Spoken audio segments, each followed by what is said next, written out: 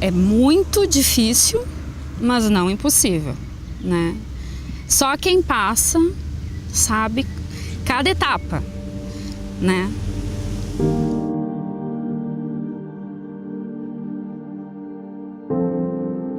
Quando eu soube, eu cheguei em casa, me deitei na cama, chorei por 4 horas, Curita. O câncer de mama é o que mais mata mulheres no mundo e por isso é tão importante falar sobre o assunto. Qualquer câncer não é uma batalha fácil para quem foi diagnosticado. Assim como foi para a Grazi, para a Raquel, para a dona Marlisa, para a dona Inês e também para a Luísa. Não é fácil. E aí eu pensei assim, era de noite, eu não posso carregar pro marido e 2 filhas pequenas, 2 filhas. A filha mais nova era muito nova ainda e a outra também, eles nem se lembram disso muito. E eu pensei, quem vai ter que assumir tudo isso aí e vai ter que carregar sou eu mesma. Eu levantei e 2 dias depois eu fui a Porto Alegre. A luta de ônibus, todo o tratamento foi de ônibus, tudo. Foi que eu fui fazer uma mamografia em Taquari. Aí a mulher me olhou assim, a senhora tem que procurar um médico urgente e fazer uma eco mamária. Eu disse, mas tem algum problema? Tem, diz ela assim. Para mim, eu já sabia então como, né, era câncer. Né? Para mim, foi uma paulada, uma paulada no meio da testa mas tudo bem, a gente tem que levantar a cabeça, não pode se entregar. É complicado, mas eu chorei. Chorei uma noite inteira, sabe? De molhar lençol. Minha mãe, na verdade, perdi minha mãe faz 3 meses, né? A minha mãe teve tumor, só que ela acabou falecendo, a gente não descobriu aonde. E antes dela, meu pai, né? Meu pai também já é falecido, meu pai tinha câncer de esôfago, né? Então ali já foi os mais próximos, né? De família mesmo, de tu ver que a doença, né? O câncer, infelizmente, ainda hoje é a doença que vem, né? E em muitos casos, às vezes, não tem mais volta, né? Como foi do meu pai e da minha mãe, né? O diagnóstico, eu digo, foi o mais difícil, porque quando eu percebi em casa, no exame de autotoque, tu ainda pensa, pode ser qualquer outra coisa. Logo que eu descobri, eu fui no médico, né, e o médico também pensou, não, deve ser um cisto, porque a elevação era grande, né, parecia que era algo maior. Mas quando eu fiz a biópsia e o tempo da espera para vir o resultado, teu chão te abre, né, naquela hora, porque assim, tu tem sinônimo de morte, né? Câncer, morte. Porque o câncer ainda hoje é o sinônimo de morte, né? Ainda quando fala em câncer, parece que tu vai morrer e aí você pensar em tudo, a minha vida, a minha família, os meus sonhos, naquela hora, né, te abre todo o chão, Eu tive um segundo caso também que mexeu muito comigo, que foi a minha avó. Ela foi diagnosticada com câncer de mama e eu me lembro como se fosse hoje, quando nós saímos da consulta e o médico foi claro. Ele disse, vai ser muito difícil. E eu pensei, não vai. Não vai e não pode ser difícil. Não vai e eu não vou deixar de ser difícil. Quando me remeto a câncer, perdi algumas pessoas, né, importantes na minha vida. Mas eu acho que 2 pessoas me vêm à cabeça, né? Uma professora, uma grande amiga, né? Que me fez seguir a área da estética, da dermatofuncional, e também meu avô. Perdemos eles há alguns anos com câncer de pele. Eu tive um caso na família, né? Uma prima que teve um linfoma. Ela foi morar nos Estados Unidos. E quando ela voltou dos Estados Unidos, ela voltou já com a doença, mas acabou descobrindo no Brasil. E aquilo nos pegou muito de surpresa, porque a gente nunca tinha passado por uma situação dessas na família, né? Eu já frequentava a faculdade de medicina na época e aquilo ali me alertou, não sei, eu me envolvi com aquela situação, eu quis entender, eu quis saber, aquilo me aproximou dos meus professores, eu fui questioná-los a respeito do que estava acontecendo, como era o tratamento e tal. O Gabriel estava com 1 ano, meu filho, e eu tava dando de mamar. Do nada, ele parou de... não quis mais, rejeitou o seio, não quis mais mamar. E aquilo para mim foi um sinal. Daí, em seguida, uma semana depois, o seio murchou, já não tinha mais leite. E eu senti aquele nódulo. Fui, fiz os exames. Me deixaram tranquila, achando que era um cisto, porque eu recém tinha parado de amamentar, estava ainda secando o leite. Teoricamente era leite, né? Mas aí logo em seguida, uma semana depois, veio o resultado bem rápido. E a médica me chamou então na sala dela e disse que eu estava com um tumor muito agressivo, que era muito sério, que eu tinha que fazer químio, rádio, fazer cirurgia, tinha que enfrentar, né? Claro que naquele momento abriu o chão, né? Lógico, não foi nada fácil. Foram momentos diferentes. Eu apalpei um nódulo um dia que estava na casa da minha amiga até, da Vivian, tomando banho de sol quando eu fui passar protetor. E aí eu apalpei, chamei ela colocou a mão também, a gente ficou meio assim, mas a gente nunca acha que vai ser com a gente, né? E nem tinha começado ainda a idade, eu acho isso muito importante, até eu estava com 34, recém tinha feito. E geralmente só se fala em exames preventivos a partir dos 35, então eu ainda nem fazia uma eco uma vez por ano. Aquele ano eu já estava um pouco mais preocupada em tentar engravidar, eu estava um pouquinho descuidada também. Só que ele era enorme, não tinha como não sentir. E aí 10 dias depois eu descobri que estava grávida. E aí eu pensei, não, então não vai ser nada. E aí eu dei uma baita relaxada com o assunto, né? Achava que era um fibroadenoma, que eles chamam, e só fui confirmar mesmo o diagnóstico depois que eu saí do 3º mês, porque os médicos tinham muito aquele cuidado de, não, chegou no 3º mês, agora a criança também tá segura, né? E aí que se começou uma investigação mais séria. E aí ele veio e, como uma bomba, foi bem horrível. Todo mundo que estava ao meu redor. Num dia eu era a pessoa grávida que chegava e estava todo mundo sorrindo e botando a mão na barriga, e no outro dia só choravam, me olhavam e diziam que aquilo não podia estar acontecendo. Como assim tu tá grávida né? E aí junto com isso eu recebi a notícia da minha médica, que até foi um amor, ela, muito humana, a doutora Débora, e me disse, olha, a gente vai imediatamente para mastectomia, depois tu vai começar com a quimioterapia. E eu pensava, meu Deus, eu não vou sobreviver, ou eu ou o nenê, né? Alguém não vai chegar até o final, então eu chorava muito, muito, muito. Primeira experiência realmente íntima com câncer foi o câncer do meu pai há 4 anos atrás, onde nós recebemos uma notícia que ele estava com um tumor no fígado, e durante os exames no hospital já fomos informados que esse tumor era inoperável, que era bastante grande, era do tamanho de uma laranja e ficava no centro do fígado. Então não existia nenhum tratamento, nada que fosse possível fazer. Apesar disso, ele acabou fazendo biópsia e alguns exames, utilizando sondas para monitoramento. Durante esse processo, que eu agradeço a Deus ter ficado com ele durante 30 dias, que foi o tempo desde a descoberta da doença até a sua morte, ficado junto com ele, eu e meu irmão, nós estivemos lado a lado, e eu pude vivenciar as dores, as dificuldades que ele estava enfrentando a cada dia. Eu fui no outro dia fazer logo a cirurgia, fiz a cirurgia, daí em seguida, isso foi no dia 17 de dezembro. Aí passei Natal e Ano Novo, e no início do ano, sei lá, 10 de janeiro, não me lembro exatamente o dia, eu já comecei a fazer as quimioterapias. É muito difícil, mas não impossível, né? Só quem passa sabe cada etapa, né? Não poder dar banho no Gabriel, porque eu tinha ânsia de vômito no cheiro do sabonete. Não poder comer, né? Não ter vontade de comer.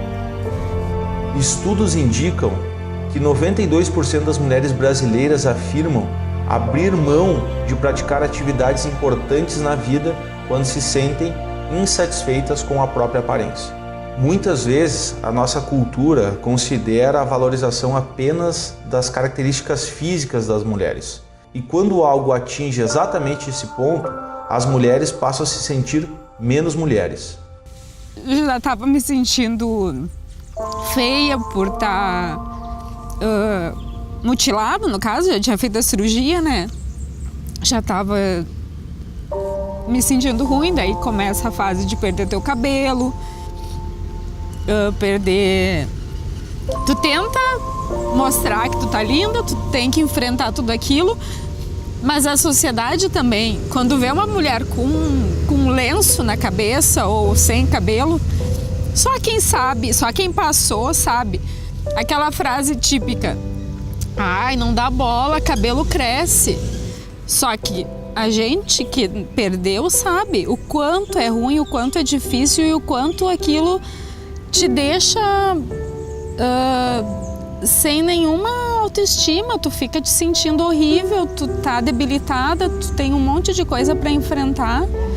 Atuo já na área de estética há 33 para 34 anos e na área de pós-operatório de cirurgia plástica e estética basicamente há 30 anos. Eu tive a grata satisfação de, entre 1995 em diante, acompanhar muitas e muitas cirurgias de pós-mastectomia. E essa acabou virando uma coisa constante na minha vida, que é atender essas mulheres que por algum motivo tiveram um câncer de mama e tiveram ou uma mama inteira retirada ou as duas muitas vezes retiradas. E aí assim é uma experiência chocante, na verdade uma mutilação. Eu acho que a mulher que tem a mama retirada, ela se sente menos mulher, se sente menos feminina, ela tem problemas com sua autoestima, não é só o cabelo que cai, não é só a condição, né, geral, mas assim, realmente é uma grande diferença para a vida dessa mulher. Eu, de saída, eu perdi o cabelo, comecei em 11 de outubro e 20 dias depois, no final, eu já estava com nem manequim. Olha, pra mim, eu tinha cabelo comprido, cabelo até... Aí fui no instituto, cortei o cabelo, chanelzinho, que nem um pouquinho menor que assim. Aí o falecido meu cunhado dizia assim, nossa, tu ficou 10 anos mais nova. Eu disse, mas o que vai vir atrás, a gente não sabe, né? Aí o doutor disse assim, tu vai perder todo o cabelo, que essa aqui é muito forte. Eu disse, vamos lá, se me curar, perdi cabelo, a unha, a minha, hoje ela tá feia, mas não tô pintada, mas eu sempre tinha unha comprida.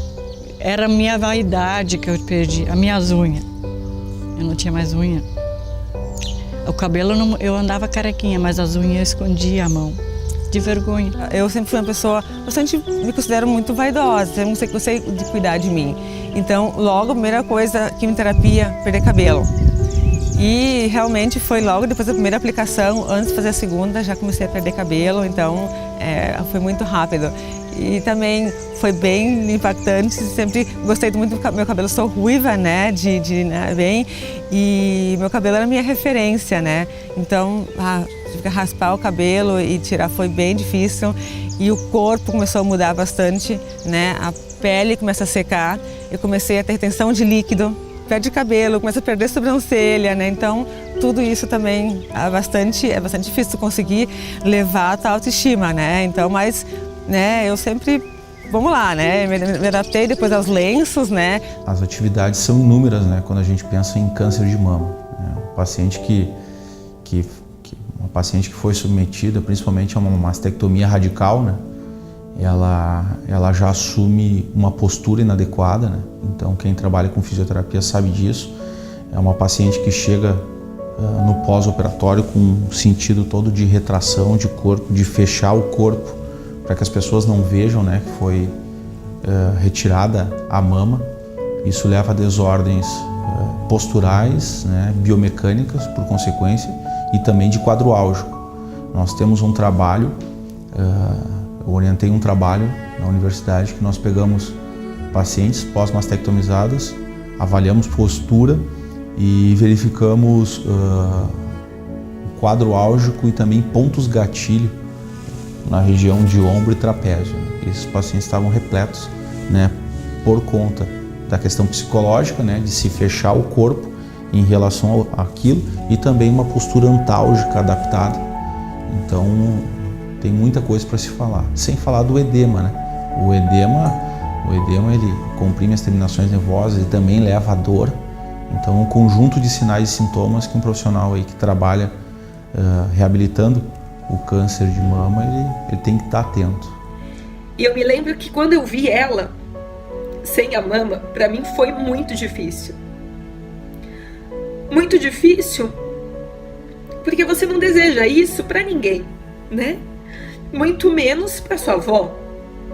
Muitas vezes, a palavra câncer é usada como sinônimo de um mal da sociedade. Os impactos do tratamento, visíveis fisicamente, também colaboram com essa visão. Mas elas são muito mais do que a doença. O câncer tem altos índices de mortalidade e muitas vezes isso está diretamente relacionado ao diagnóstico tardio. Hoje, os tratamentos disponíveis permitem que as mulheres vivam por muitos anos e muito bem, desde que a doença seja descoberta na sua fase inicial. O câncer não é o fim, bem pelo contrário, às vezes é o começo de uma nova etapa para quem se permite. Bom, o câncer em si é uma doença muito estigmatizada, né? Então, quando se fala em câncer, automaticamente a grande maioria, se não dizer todo mundo, pensa em morte. Isso vem de muito tempo, mas a gente sabe que aos poucos essa percepção está mudando. Eu, particularmente, na minha prática diária, tá, eu tento ser muito claro com os meus pacientes, tá? Eu tento não esconder as informações, pelo contrário, eu sempre tento explicar por A mais B por que a gente vai fazer aquilo, por que a gente não vai fazer aquilo. Então, assim, é muito comum as mulheres, quando entram no meu consultório, 99% das vezes já sabendo que é câncer, né, que é câncer de mama, eu acabo reforçando o diagnóstico, né? Eu obrigatoriamente preciso dizer que sim, os exames comprovam que aquilo é um câncer de mama, que é uma doença séria, mas graças a Deus a gente pega hoje muitos casos de mulheres que chegam aqui, apesar do diagnóstico, com a doença inicial. E eu sempre falo, olha, talvez a pior notícia que eu tenha para te dar é que tu tem um câncer de mama, mas em contrapartida, eu tenho várias boas notícias para te dar, que tu descobriu a doença num estágio inicial, que tu tem um prognóstico favorável, que com um tratamento tu tem uma chance acima de 90% de ficar curada. Claro que não é uma batalha fácil, sempre fica aquele conceito, eu tive câncer, eu tenho câncer, né? Isso é uma coisa também que eu sempre gosto de deixar claro para as mulheres, a partir do momento que tirou o nódulo, não tem mais o câncer. Tu não tem mais a doença, tu vai agora te tratar para que a doença não volte.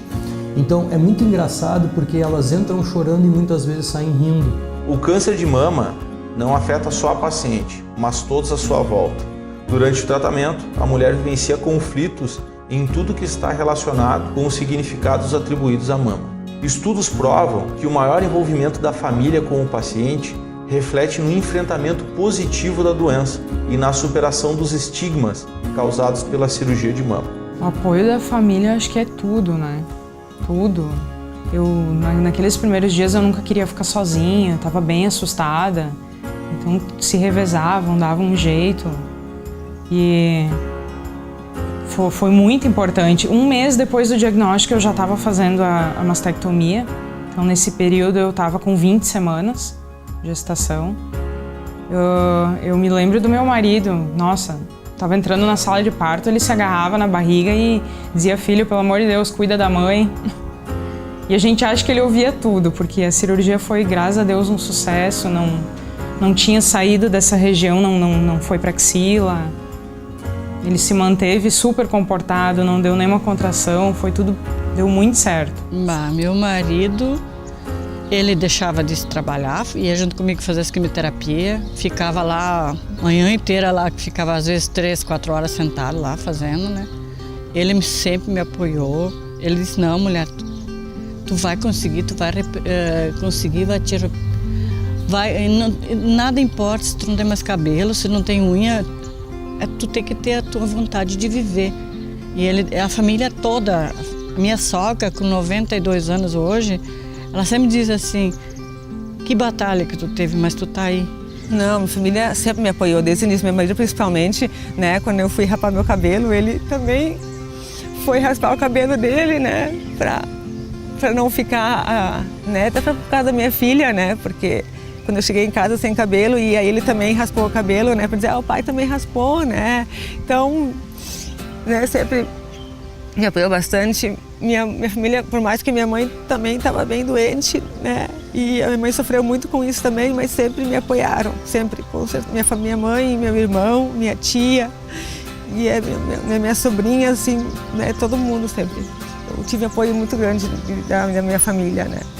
Graças a Deus, né? Sempre me apoiaram e me incentivaram, não, né? Nunca deixaram, né, eu perder, né, a autoestima de continuar, né? Então sempre me apoiaram bastante. Infelizmente, nem todo mundo tem o apoio que gostaria de receber ou que precisava. Isso não tem volta. A minha mãe, quando ela me viu sem cabelo, ela correu embora, ela veio lá e ela me viu sem cabelo. Ela foi para casa, ela falou uma palavra. E eu dos meus irmãos não podia contar, porque quando eles soubem que eu tinha câncer, eu tinha nos ovários, eu não tinha na mama. Nós somos 7 irmãos, eu lutei sozinha. O apoio da família é bastante importante. Tem famílias que às vezes querem esconder o diagnóstico do paciente, da pessoa, e a pessoa quer esconder o diagnóstico da família.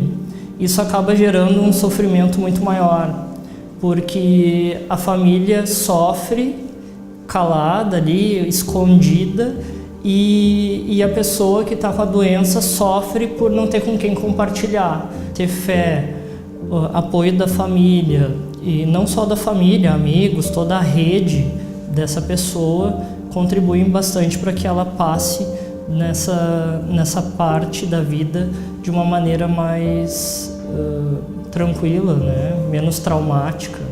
A gente pega ainda, sim, mulheres que têm medo de procurar a doença, que têm medo de se tocar, que têm medo de fazer o autoexame de mamas, e eu geralmente comento para as minhas pacientes que esse é o grande diferencial.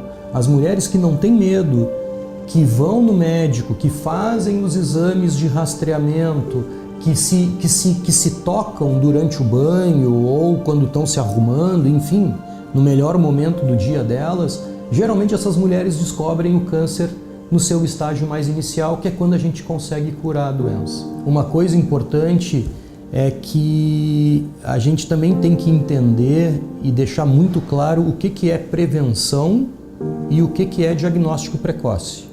Então, por exemplo, mamografia. Mamografia não é preventiva, né? Mamografia é diagnóstico precoce. Mamografia não vai evitar que tu tenhas a doença. Mamografia vai descobrir a doença no seu estágio mais inicial. Prevenção é não fumar, não beber, controlar o peso, fazer atividade física. Se for para acontecer a doença, ela vai acontecer. Faça chuva ou faça sol, ela vai acontecer. Então a gente tem que descobrir logo, né? E o câncer de mama é uma doença que, quando descoberta logo, com um tratamento adequado, ele é menos agressivo, ele é mais conservador e deixa menos sequelas. Porque só quem já teve caso de câncer de mama e quem já perdeu alguém por câncer de mama sabe o quanto o arrependimento, né, de às vezes não ter estimulado alguém a fazer o que deveria ter sido feito, pode doer. Olha, com certeza, o aspecto genético é infinitamente menor do que a doença adquirida. É claro que existe uma relação genética existe uma relação hereditária no caso do câncer de mama. Via de regra, o câncer de mama é uma doença adquirida, tá? Ela é adquirida por hábitos que a mulher tem ao longo da vida, né? Dentre eles tabagismo, etilismo, sedentarismo, obesidade. Tá? A obesidade hoje é um dos principais fatores de risco para câncer de mama também. O tratamento de câncer de mama é sempre uma situação que numa primeira consulta geralmente é um ponto de interrogação, né? Porque o câncer de mama, o tratamento do câncer de mama, melhor dizendo, não é receita para bolo. A gente tem que analisar uma série de variáveis, idade, histórico familiar, outras doenças que a pessoa tenha, informações do tumor, enfim, a gente tem que avaliar uma série de informações e em cima dessas informações a gente vai saber exatamente quem nós estamos tratando e o que nós estamos tratando, que é o mais importante. Dentro de um mesmo tumor, eu posso ter células que agem de uma forma e outras que agem de outra forma, tá? E por isso que o câncer ainda é uma doença traiçoeira. Nós ainda não entendemos completamente como é que funciona o câncer. Já melhorou muito, mas a gente ainda não tem completo conhecimento como que a doença funciona e por isso que ela é traiçoeira. Eu penso, como pesquisei biologia molecular, né, trabalhei com célula, o câncer na sua essência ele tem a ver, a célula deixa de simplesmente se replicar, mas a célula se diferencia em outros tipos de células que não são aquelas de origem. Então são células diferenciadas que muitas vezes se replicam numa taxa absurdamente muito grande. Então acho que o câncer, o que se tem que estar atento, né, além desses exames que a gente comenta, né, com um certo período, com certa frequência, porque diz respeito à prevenção, porque essas replicações dessas células são muito rápidas, então por isso que quanto antes melhor. Eu acho que os fatores exógenos aí, que já têm associação positiva com o desenvolvimento de câncer, e eu estou falando de todos eles, devem ser levados em consideração. Então hábitos de vida saudáveis, fundamental, né, que a gente venha a aderir, né, não ao tabagismo, né, diminuir a questão do estresse. Então tem várias associações positivas, principalmente com os hábitos de vida, né, alimentação, prática de atividade física e por aí vai, que vão nos levar aí a minimizar o desenvolvimento de câncer. A quimioterapia não é o problema é a doença. A quimioterapia, a radioterapia, a hormonioterapia são amigas da paciente. Elas estão ali para ajudar a paciente a combater a doença. Obviamente, são tratamentos que possuem, né, efeitos colaterais. Nem todas as mulheres vão apresentar os efeitos colaterais, mas a gente sabe que isso acontece e geralmente é isso que causa muito medo nas mulheres. Uma coisa que eu também costumo falar nas consultas é que geralmente elas chegam aqui com aquela imagem ruim, né? Eu sempre brinco com elas. Quando vocês ligam o Jornal Nacional, o que vocês gostam de ver lá? Desgraça. Se tu bota alguém lá que se deu bem na vida, tu vai trocar de canal, né? Então é isso que grava no ser humano. O ser humano é cruel a esse ponto, né? Então eu sempre digo, se vocês sentarem aqui comigo uma tarde, vocês vão ouvir histórias tristes, mas vocês vão ouvir muitas histórias de alegria também. Então isso é uma coisa que a gente tem que mostrar não só para as mulheres, mas para os homens também. Uma coisa que eu gosto de frisar e acho muito importante também é que o tratamento ele não é feito pelo médico.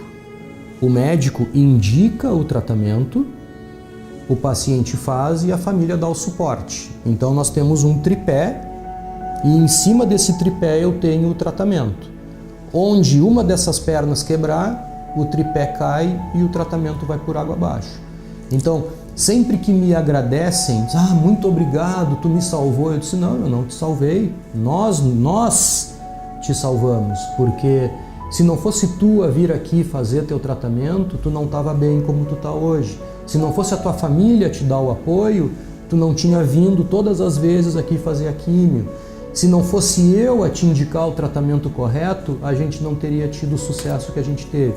Então eu acho que nunca é só o médico, cada um tem a sua porção de responsabilidade. Mas eu, particularmente, eu sou do grupo de médicos que gosta de compartilhar decisões. Então eu sempre coloco a situação para o paciente, apresento as opções e nós vamos tentar, eu e ele, ou eu e ela, escolher o melhor caminho. Então isso nos coloca muitas vezes em várias saias justas, porque muitas vezes a gente não tem opções, né? Isso ainda acontece, infelizmente ainda acontece, tá? Mas graças a Deus a gente tem se deparado cada vez mais assim com casos de bom prognóstico, né? A gente tem, eu não me recordo quando foi a última vez que eu peguei algum paciente que não quis fazer o tratamento. Os pacientes entendem que aquilo ali é o melhor para eles, porque não é fácil, né?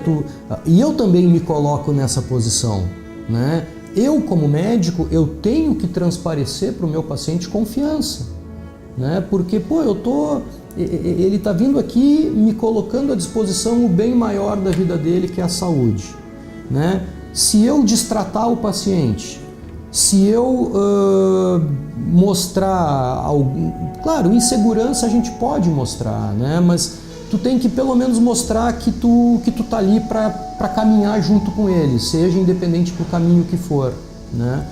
Então eu acho que cada vez mais assim a gente tem que tentar se colocar do outro lado da mesa, né? Para poder falar com o teu paciente. E muitas vezes eu digo para as minhas pacientes o seguinte: olha, eu e tu somos iguais. A única diferença é que eu entendo mais de oncologia do que tu. Eu estudei para isso, eu me preparei para isso, né? Então hoje, considerando tudo isso, eu te indico fazer isso, fazer aquilo, mas tu pode buscar outra opinião. Eu, particularmente, nunca me coloco numa situação melhor que a do paciente. De novo, a única diferença é que eu entendo mais de medicina do que ele ou do que ela, né? E que eu estou aqui para caminhar junto, seja o caminho que for. Tu tem que estar disponível para o teu paciente, né? É desgastante? É desgastante. Porque por mais que tu pegue uma mulher com um câncer de mama inicial, com uma chance de cura de 95%, quando ela tiver uma gripe, ela vai achar que é o câncer. E ela vai te ligar, ela vai te procurar. É o caminho que a gente escolheu, que a gente tem que seguir. Então é desgastante, porque a gente se envolve com pacientes a vida inteira. Bom, eu acho, em primeiro lugar, que não é só o médico que tem que estar à disposição do paciente, é toda a equipe envolvida no tratamento do câncer, porque não sou só eu, médico, que estou envolvido. A gente tem a psicóloga, a gente tem a enfermeira, a gente tem o farmacêutico, a gente tem a nutricionista, a gente tem o fisioterapeuta. Então toda a equipe tem que ter a mesma filosofia, né? E se colocar à disposição do paciente. Porque muitas vezes o problema do paciente não é o câncer ou a quimioterapia, é uma questão psicológica, uma questão emocional. Muitas vezes o problema do paciente não é o câncer ou a quimioterapia, é uma sequela que o câncer deixou, um braço que não levanta, um braço que está inchado, que precisa de fisioterapia, precisa alguém do lado. Muitas vezes o problema não é o câncer, não é a doença, é uma má alimentação, então a nutricionista tem que estar ali do lado. Então assim, antes de mais nada, eu acho que não é só o médico que tem que estar do lado. Toda a equipe envolvida, ela tem que estar do lado. E por trás daqueles que sofrem, existem aqueles que se disponibilizam a ajudar. As ligas, que fazem um trabalho voluntário, são uma ponte entre as pessoas que precisam de cuidado e aquelas que querem auxiliar. A Liga, na verdade, ela é uma associação assistencial sem fins lucrativos, né? Então, o nosso trabalho, sim, ele é 100% voluntário, tá? E esse trabalho, ele é destinado para pacientes que fazem tratamento pelo SUS. Então, todos os pacientes que chegam até o Hospital Bruno Born, que necessitam de suplemento alimentar, a Liga, na verdade, faz essa primeira ponte. Então, sim, mas a gente tenta desmistificar um pouquinho essa questão, por isso que a gente bate muito na tecla da questão da prevenção, né? Porque a partir do momento que tu previne, que tu procura ajuda médica ou que tu é diagnosticado, tu minimiza muito os danos. Então é o que eu digo assim, tu minimiza os danos de custos, né? Tanto hospitalares, internação, medicamentoso, e tu minimiza também o teu dano da tua própria saúde. Porque quando a gente fala a palavra câncer, não é somente o paciente que adoece, toda a família adoece junto, né? Então é o contexto todo e é esse trabalho que a Liga consegue fazer e faz muito bem. A conscientização é a parte mais importante e é a nossa mensagem com esse documentário. E nada melhor que ouvir quem já passou por isso para entender o quanto é difícil, suado, mas que é possível sim dar a volta por cima. Que vai ser difícil, muito difícil, não vai ser fácil. A batalha é difícil e não terminou ainda para mim. Ainda continuo sempre com aquela apreensão que tu vai ter mais alguma coisa, que tu vai doer alguma coisa, tu vai pensar que tu tem algum tumor, algum câncer, alguma coisa apareceu em outro lugar. Mas enfrenta os medos e acredita que tudo dá certo. É muito difícil, não é nada fácil. Mas tem uma luz no fim do túnel, não nega jamais a doença. Sentiu alguma coisa, vai atrás. Não esconde, porque não adianta tu ter medo daquilo que tu tá sentindo ou ficar com medo de procurar coisas ruins. As pessoas têm medo de procurar. Não é isso. Tu tem que investigar. Se tu tá sentindo alguma coisa, vai atrás. Porque a negação é pior.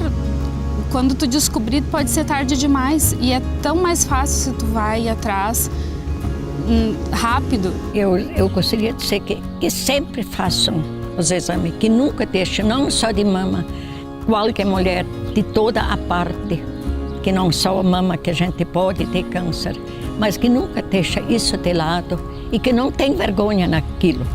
E se tem que fazer uma cirurgia, tem que tirar a mama, que vão à luta, que nunca estão sozinhos.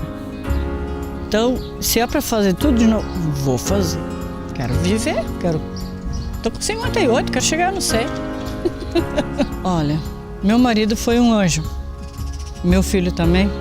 Eu agradeço todas as noites quando eu deito, eu agradeço a Nossa Senhora Aparecida. Quando eu levanto de manhã, mais um dia que eu tô aí. Todos os dias eu agradeço. E o dia que eu venho para cá, para a Liga, para mim é um alívio poder ajudar os outros. Ajudar mais um doente que eu posso ajudar, mais uma venda que eu posso fazer. Você vendo uma sombrinha, vendo um guardanapo que eu estou fazendo, aquele dinheiro lá, vou ajudar mais um doente. É tudo de bom para mim. Eu digo hoje que hoje eu valorizo outras coisas, né? Pequenas coisas. Hoje eu penso que a pessoa mais importante da minha vida sou eu. Então isso que eu digo sempre, né, para quem eu encontro, sempre pensa, a pessoa mais importante da tua vida é tu.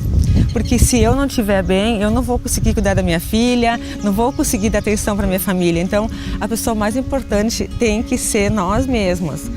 Porque aí nesse momento tu começa a valorizar a tua vida, a gostar, tem que gostar de ti, aí tu vai te cuidar e te prevenir. Porque eu nunca pensava que ia acontecer comigo. Né? E aconteceu, então ninguém está livre.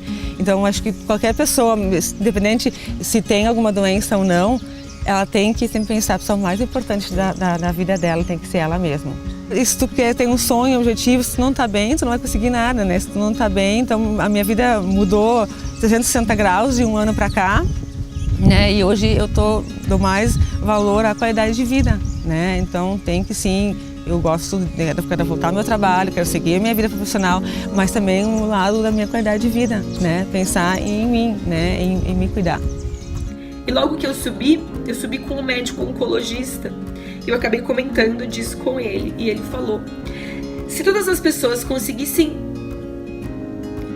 acreditar nessa questão da prevenção, nós conseguiríamos salvar muitas vidas. Se nós não conseguimos salvar ainda, por não ter encontrado a cura do câncer, que as pessoas tenham a consciência do quão importante é fazer os exames preventivos, para que você consiga ter uma chance de cura aí maior. Naquele momento, aquela frase mexeu muito comigo. E eu prometi que, dali em diante, eu ia bater muito na tecla da prevenção. E é o que eu faço diariamente com todas as pacientes que entram ali, sejam elas para estética, sejam elas de pós-operatório. Eu acredito muito que se todos os profissionais da saúde vestissem essa camisa, nós teríamos aí uma campanha muito linda em prevenção aí ao câncer de mama e a tantos outros cânceres que aparecem aí nas nossas vidas. Eu já tive o caso na família, acredito que todos nós, infelizmente, tenhamos, e dói muito. E dói perder qualquer pessoa para uma batalha, né? Tem uma frase de uma música que eu gosto muito e que eu sempre falo para essas pacientes. Essa frase diz: tente, não pense que a vitória está perdida, se é de batalhas que se vive a vida, tente outra vez. E tente quantas vezes for necessário, e tente quantas vezes for preciso. É proibido desistir, é proibido não acreditar. E eu acredito muito que tudo passa, eu acredito que tudo vem para um aprendizado, para um ensinamento, e que a gente precisa entender. E eu convido que todos os meus colegas, né, eu convido que todos os meus colegas de profissão se atentem a essa questão da prevenção, que vistam a camisa da saúde, independente de qual formação você tenha. É extremamente recompensador você trabalhar com a vida, diretamente com a vida. Eu digo que de todas as minhas atuações, o pós-operatório é aquilo que engrandece a minha alma, é aquilo que valida a minha escolha profissional, é aquilo que me faz mais profissional, é aquilo que me faz mais mulher, é aquilo que me faz mais humana. Eu tô lidando com a vida, eu tô lidando com a vida de uma pessoa. Então, naquele momento, eu tento dar o meu melhor. E eu sei que eu faço de tudo para que eu consiga oferecer isso. Seria lindo poder ver um dia todos os meus colegas de profissão unidos nessa batalha, unidos nessa questão da prevenção. E nunca se esqueçam, quanto antes diagnosticado, quanto mais cedo diagnosticado, maiores são as chances de cura. E uma outra frase que eu gosto muito que diz que se a dor do próximo ela não dói em você, quem precisa de tratamento é você. Então eu sempre falo que é uma questão de honra tirar a dor do próximo e oferecer a ele qualidade de vida, bem-estar e poder passar para ele, pelas minhas mãos, tudo aquilo que um dia eu aprendi.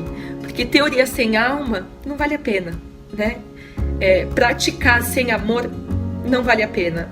Então, eu agradeço o instrumento que Deus me deu para que eu pudesse promover a cura.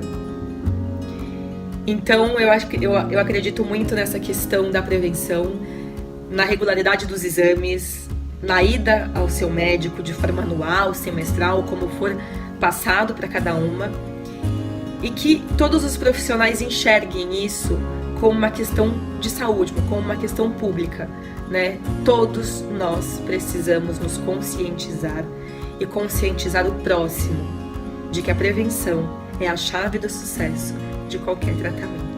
A minha mensagem para os meus colegas é a gente parar de pensar né, dentro da casinha, como se fala, pensar que o profissional da estética ele só trabalha com beleza, fundamentalmente, sair desse jargão e se colocar como profissional da saúde, né? Inclusive, muitas das técnicas de eletroterapia que se utiliza convencionalmente na prática clínica são contraindicadas em pacientes com histórico de câncer, né? Então, ficar muito atento a isso, né? Não buscar a beleza, a questão visual da beleza a qualquer custo. Esse é o primeiro ponto, né? basicamente visualizar que somos profissionais da saúde, sempre pensar se a conduta ela vale o risco no paciente, que muitas vezes já foi submetido, né, a um tratamento de câncer e chegou na clínica de estética. E quando esse paciente chegar, pensar que tu pode melhorar a autoestima dele, pode dar qualidade de vida, e aí cada vez mais unir o que eu falo, né, o binômio, né, saúde e estética. Isso anda muito junto e é muito real, né? Para as pessoas que ainda não descobriram a doença, tá, a mensagem que eu deixo é: não tenham medo de descobrir, e que se for para descobrir, que descubra logo, porque com certeza isso vai ser só uma página da tua vida, ao invés de ser o fim da tua vida, né? E para aquelas pessoas que já descobriram a doença e que estão em tratamento, né, eu deixo algumas mensagens. A primeira: discuta sempre todas as dúvidas que tiver com o seu médico, né? Sempre relate tudo para o seu médico. Pode ser uma bobagem, mas pode não ser, né? E terceiro, e talvez mais importante, faça um exercício de reflexão, olhe para dentro de si e tente ver o porquê que essa doença aconteceu, e se chegar a alguma conclusão, tente mudar esse hábito, porque hoje já está muito bem estabelecido e comprovado cientificamente que mudanças de hábito após o diagnóstico melhoram a chance de cura com o tratamento associado, né? Então, mulheres que descobriram câncer de mama e que se tenha uma possibilidade de relação com a obesidade, elas têm que emagrecer. Mulheres com câncer de mama e que se tenha uma possibilidade de relação com o sedentarismo, têm que fazer atividade física. Já está muito bem comprovado que mudar estes hábitos auxilia no sucesso do tratamento. E isso é uma coisa que eu tento fazer com as minhas pacientes. Eu digo: olha, tá na hora de mudar, né? A gente tem que parar, porque o câncer, quando adquirido, ele é um sinal de que tu tá agredindo o teu corpo. Então tu tem que parar e dizer: opa, o que eu estou fazendo de errado para isso ter acontecido? E o que a gente espera de pessoas esclarecidas, né, e que gostam de si mesmo, é que elas mudem esse hábito. Diagnosticando precocemente, há chances de cura. E dependendo o local, e se for precoce o diagnóstico, as chances são muito altas de cura. É claro que nós temos doenças que são mais agressivas, são mais graves, ou se já estão em estágio mais avançado, as chances da pessoa ter uma sobrevida mais longa, ela é pequena, né? Isso a gente sabe, mas prevenção em primeiro lugar. Eu acho que a partir do diagnóstico, né, que é o baque maior,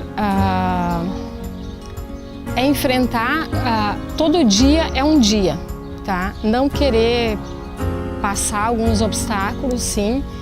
É o que eu digo assim, quando a doença está instalada, não tem como voltar atrás. Então eu acho que é encarar essa dura realidade, sim, não tem como dizer assim, não é nada, vai passar. Não, a doença está aí, tá? Mas eu acho que procurar outros meios assim de não se isolar, tá? Eu acho que contar com a ajuda de pessoas próximas, de fazer o que realmente te deixa feliz.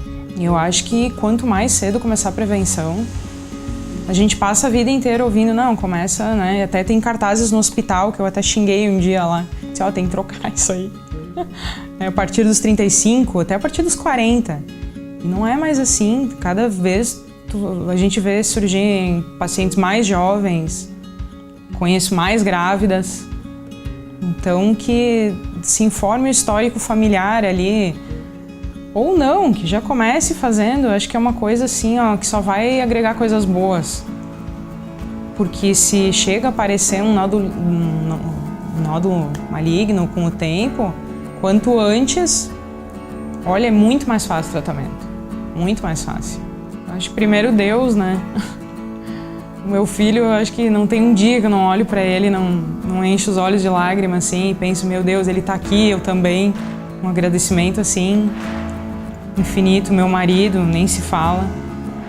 Os meus amigos, sempre do lado, a família. A gente teve muita ajuda. Eu logo voltei a fazer o tratamento quando o Bento tinha 3 semanas, então a gente precisou de muita ajuda da família. Estiveram sempre do nosso lado. E teve tanta gente que eu soube, aqui de Encantado, da região, que rezava tanto. Eu acho que isso ajudou muito, porque eu tive muita força. E eu sempre atribuo que tenha sido da reza de todo mundo, assim, que era uma corrente muito grande. Então eu tenho que agradecer muito essas pessoas também.